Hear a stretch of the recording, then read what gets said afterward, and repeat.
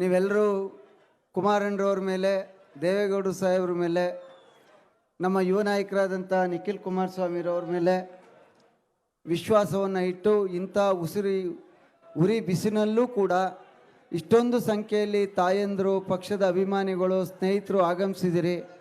ನಿಮ್ಮೆಲ್ಲರಿಗೆ ಸ್ವಾಗತವನ್ನು ಮಾಡ್ತಾ,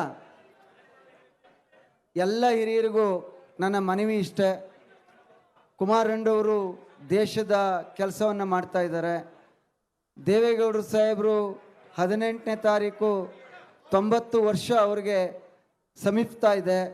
ಇಂಥ ಸಂದರ್ಭದಲ್ಲಿ ನಮ್ಮ ಯುವ ನಾಯಕರಾದಂಥ ಈ ರಾಜ್ಯದ ಯುವ ಜನತಾಳ ದಳದ ಅಧ್ಯಕ್ಷರು, ನಮ್ಮ ಪಕ್ಷದ ಭವಿಷ್ಯದ ನಾಯಕರು ತಮ್ಮೆಲ್ಲರನ್ನ ನೋಡಬೇಕು ಅಂಥೇಳಿ ಇಲ್ಲಿಗೆ ಆಗಮಿಸಿದ್ದಾರೆ.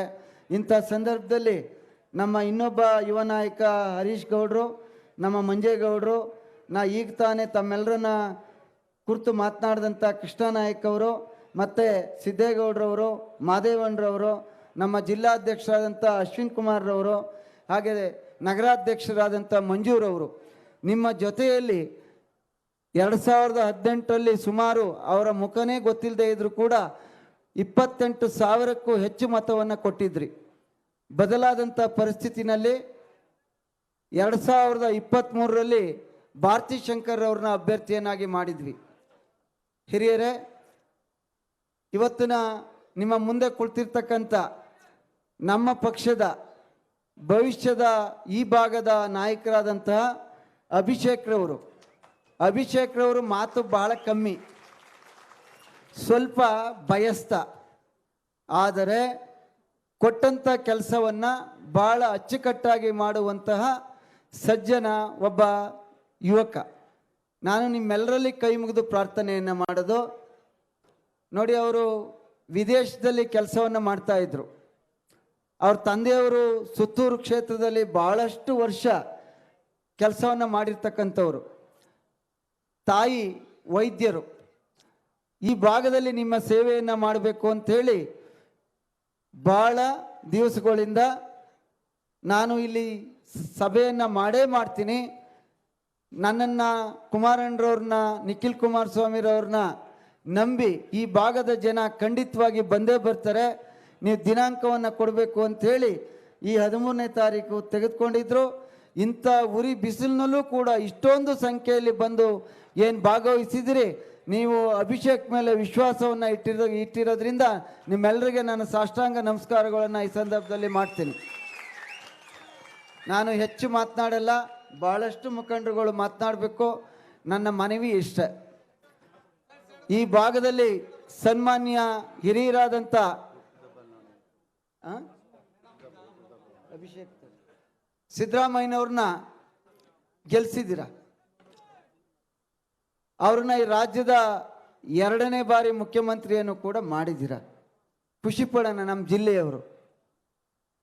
ಅವ್ರ ಮಗ ಅವ್ರನ್ನ MLAನೂ ಮಾಡಿದ್ರಿ, ಈಗ MLCನೂ ಮಾಡಿದ್ದೀರಿ. ಮಾತೆತ್ತಿದ್ರೆ ನಮ್ಮ JDS ಪಕ್ಷ ಅಪ್ಪ ಮಕ್ಕಳ ಪಕ್ಷ. ಈಗ ಸಿದ್ದರಾಮಯ್ಯನವ್ರು ಮುಖ್ಯಮಂತ್ರಿ, ತಮ್ಮ ಮಗ MLC, ಈ ರಾಜ್ಯದಲ್ಲಿ ಶಾಸಕರಾಗಿದ್ದವರು. ನಿಮ್ದು ಯಾವ ಪಕ್ಷ? ನಾವೇನು ಹೇಳಲ್ಲ, ನೀವು ಹೇಳಿ. ನಾವು ಒಂದು ಪ್ರಾದೇಶಿಕ ಪಕ್ಷ.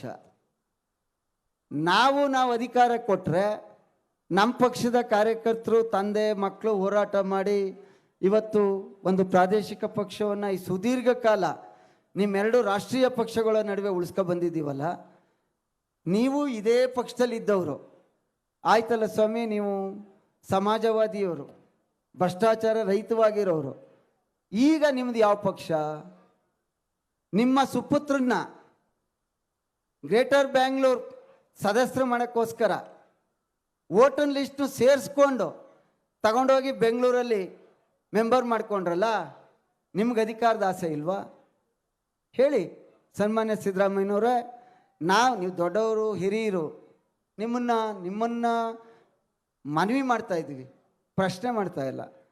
ವರ್ಣಾ ಕ್ಷೇತ್ರದಲ್ಲಿ, ಚಾಮುಂಡೇಶ್ವರಿ ಕ್ಷೇತ್ರದಲ್ಲಿ ಇಷ್ಟು ಬಾರಿ ಗೆಲ್ಸ್ ಕಳಿಸಿದ್ರಲ್ಲ ಪುಣ್ಯಾತ್ಮ ತಂದೆ ತಾಯಿ ಅಂದರು. ಇಲ್ಲಿ ಕೊಟ್ಟಿರ್ತಕ್ಕಂಥ ಕೊಡುಗೆ ಏನಾದರೂ ಗೊತ್ತಾ ನಿಮಗೆ? 2000. ಆ 2000 ಈಗ 36 ತಿಂಗಳಾಗಿದೆ. 36 ತಿಂಗಳಿಗೆ 2000 ರೂಪಾಯಿ ನಂಗೆ ಎಷ್ಟಾಯ್ತು? ಯಾರು ಹೇಳಿ ಎಷ್ಟಾಯ್ತು ಅಂತ? 2000 ರೂಪಾಯಿ ನನಗೆ ಒಂದು ಕುಟುಂಬಕ್ಕೆ 72,000 ರೂಪಾಯಿ ಆಯಿತು. ಎಷ್ಟು? 72,000 ರೂಪಾಯಿ. ಒಂದು ಕುಟುಂಬದಲ್ಲಿ 4 ಜನ ಇದ್ದರೆ ಒಬ್ಬರಿಗೆ 72,000 ರೂಪಾಯಿ ಬರ್ತಾ ಇದೆ. ಆದರೆ ನಿಮ್ಮೆಲ್ಲರಿಗೆ ಗೊತ್ತಿರಲಿ, ನಮ್ಮ ಮುಖ್ಯಮಂತ್ರಿಗಳು ಸಿದ್ದರಾಮಯ್ಯನವರು ಮುಖ್ಯಮಂತ್ರಿ ಆದಮೇಲೆ ಈಗ ಹುಟ್ಟಿರ್ತಕ್ಕಂಥ ಒಂದು ಮಗುನೂ ಸೇರಿಸಿ 1,17,000 ರೂಪಾಯಿ ಸಾಲ ಮಾಡಿದ್ದಾರೆ. ಎಷ್ಟು? 1,17,000 ರೂಪಾಯಿನ ಮಾಡಿರ್ತಕ್ಕಂಥದ್ದು. ಅದರಲ್ಲಿ 17,000 ಬೇರೆ ಮುಖ್ಯಮಂತ್ರಿಗಳು ಎಲ್ಲರೂ ಸೇರಿ ಮಾಡಿದ್ದಾರೆ. ಈ 3 ವರ್ಷ, ಹಿಂದಿನ 5 ವರ್ಷ, 8 ವರ್ಷದಿಂದ ಇವರೊಬ್ಬರೇ ಮಾಡಿರ್ತಕ್ಕಂಥ ಸಾಲ 1,00,000 ರೂಪಾಯಿ ಇಲ್ಲಿವರೆಗೆ. ಒಂದು ಕುಟುಂಬಕ್ಕೆ 72,000 ರೂಪಾಯಿ ಕೊಟ್ಟು, ಇದೇ ಒಂದು ಕುಟುಂಬಕ್ಕೆ 4 ಜನ ಮನೆಯಲ್ಲಿ ಮಕ್ಕಳು ಸೇರಿದಾಗೆ 5 ಲಕ್ಷ ರೂಪಾಯಿ ಸಾಲ ಹೊರಿಸಿದಿರಲ್ಲ. ಈ ಮುಖ್ಯಮಂತ್ರಿಗಳು ನಮಗೆ ಬೇಕೋ? ಜನರ ಕಷ್ಟಗಳನ್ನು ನೋಡಿ ಅವತ್ತು ಸಮ್ಮಿಶ್ರ ಸರ್ಕಾರದಲ್ಲಿ 25,000 ಕೋಟಿ ಸಾಲ ಮನ್ನಾ ಮಾಡಿದಂಥ ಕುಮಾರಣ್ಣರವರ ಸರ್ಕಾರ ಬೇಕು ಅನ್ನುವಂಥದ್ದನ್ನ ನೀವು ತೀರ್ಮಾನ ಮಾಡಬೇಕು ಅನ್ನುವಂಥ ಮನವಿಯನ್ನು ಮಾಡ್ತಾ, ನಾನು ಅಭಿಷೇಕ್ ರವರ ಇವತ್ತು ಜನ್ಮದಿನ ನೋಡಿ, ನಿಜ ಇವತ್ತು ರಾಜಕೀಯ ಹಿನ್ನೆಲೆ ಸನ್ಮಾನ್ಯ ಸಿದ್ದರಾಮಯ್ಯನವ್ರಿಗಿದೆ, ಅವ್ರ ಕುಟುಂಬಕ್ಕಿದೆ. ಪಾಪ ನಮ್ಮ ಅಭಿಷೇಕ್ ಇಲ್ಲ. ಆದರೆ ಹಣ ಮಾಡುವಂಥದ್ದು ಬೇಡ. ಸಿದ್ದರಾಮಯ್ಯನವರು 13ರಿಂದ 18 ನಾನು ಅವ್ರ ಜೊತೆ ಶಾಸಕರಾಗಿದ್ದೆ. ಅವ್ರ ಮನಸ್ಸಾಕ್ಷಿಯಾಗಿ ಹೇಳಿ, 13ರಿಂದ 18ರಲ್ಲಿ ಕೊಟ್ರಲ್ಲ ಸರ್ಕಾರ, ನಾನು ಕೂಡ ಅದನ್ನು ಅಭಿನಂದಿಸ್ತೀನಿ. ಇವತ್ತು ಕೊಡ್ತಾ ಇದ್ದೀರಾ ಸ್ವಾಮಿ? ಎಲ್ಲಂದ್ರಲ್ಲಿ ಭ್ರಷ್ಟಾಚಾರ ಅನ್ನೋಂಥದ್ದು ತಾಂಡ ಆಡ್ತಾ ಇದೆ. ನಮ್ಮ ಕೃಷ್ಣ ನಾಯಕರು ಅದನ್ನೆಲ್ಲ ಬಿಡಿಸಿ ಹೇಳಿದ್ರು. ಆದ್ದರಿಂದ ನಿಮ್ಮೆಲ್ಲರಲ್ಲಿ ಕೈ ಮುಗಿದು ಪ್ರಾರ್ಥನೆ ಮಾಡ್ತೀವಿ. ಬಹಳಷ್ಟು ಜನ ಪ್ರಾದೇಶಿಕ ಪಕ್ಷವನ್ನು ಬಯಸ್ತಾ ಇದ್ದಾರೆ, ಸಮ್ಮಿಶ್ರ ಸರ್ಕಾರವನ್ನು ಬಯಸ್ತಾ ಇದ್ದಾರೆ. ಈ ದೇಶ ಉಳಿಬೇಕು, ಈ ರಾಜ್ಯ ಉಳಿಬೇಕು ಅಂತ ಹೇಳಿದ್ರೆ ಮತ್ತೊಮ್ಮೆ ಸಮ್ಮಿಶ್ರ ಸರ್ಕಾರದಲ್ಲಿ ಮುಖ್ಯಮಂತ್ರಿ ಆಗಬೇಕು. ಆಗ ಮಾತ್ರ ಈ ರಾಜ್ಯ, ಈ ದೇಶ ಮತ್ತೆ ಈ ಒಂದು ವರ್ಣ ಕ್ಷೇತ್ರ ಉಳಿಲಿಕ್ಕೆ ಸಾಧ್ಯ ಅಂತೇಳಿ ತಮ್ಮೆಲ್ಲರಲ್ಲಿ ಕೈ ಮುಗಿದು ಪ್ರಾರ್ಥನೆಯನ್ನು ಮಾಡ್ತಾ, ಅಭಿಷೇಕ್ ರವ್ರಿಗೂ ಕೂಡ ಹೇಳಿದ್ದೀವಿ, ಯಾವುದೇ ಸಾವು, ಯಾವುದೇ ನೋವು, ಯಾವುದೇ ಮದುವೆ ನೋಡಿ. ನಾನಿವತ್ತು ಬೆಳಗ್ಗೆ ನಮ್ಮ ನಾಯಕರು ಬರ್ತಾರೆ ಅಂತೇಳಿ ಬೆಳಗ್ಗೆ 7:15 ಗಂಟೆಗೆ ಎದ್ದು 9 ಮದುವೆ ಮುಗಿಸಿ ನಿಮ್ಮ ಜೊತೆ ಕಾರ್ಯಕ್ರಮದಲ್ಲಿ ಕೈ ಜೋಡಿಸಿದ್ದೀವಿ.